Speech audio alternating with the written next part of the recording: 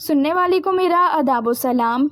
ہینا اور ایان شادی کے بعد پہلی بار ایک ساتھ سفر پر نکلے تھے۔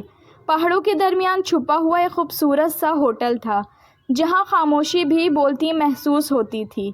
گاڑی سے اترتے ہی ہینا نے گہری سانس لی۔ یہاں کی ہوا میں بھی محبت بسی ہوئی ہے، اس نے آہستہ سے کہا۔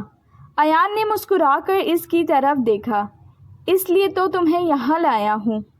کمرے کا دروازہ کھلا تو جیسے کسی خواب کی دنیا میں قدم رکھ دیا ہو۔ لکڑی کی دیواریں، ہلکی سی زرد روشنی، خوشبودار موم بتیاں اور کھڑکی سے نظر آتے بادل، سب کچھ بہت پرسکون تھا۔ بستر پر سفید چادریں بچھی تھیں اور ایک طرف گلدان میں تازہ پھول رکھے تھے۔ ہینا نے اپنا بیگ رکھا اور کھڑکی کے پاس جا کر پردہ ہٹایا۔ کتنا خوبصورت منظر ہے۔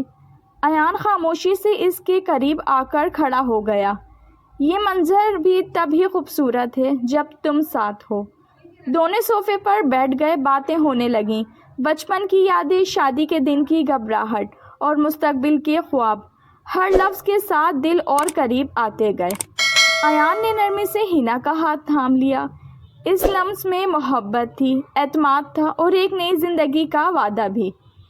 میں چاہتا ہوں ہماری زندگی بھی اس کمرے جیسی ہو، پرسکون، روشن اور محبت سے بھری ہوئی، ایان نے کہا۔ ہینا نے اس کے کندھے پر سر رکھ دیا۔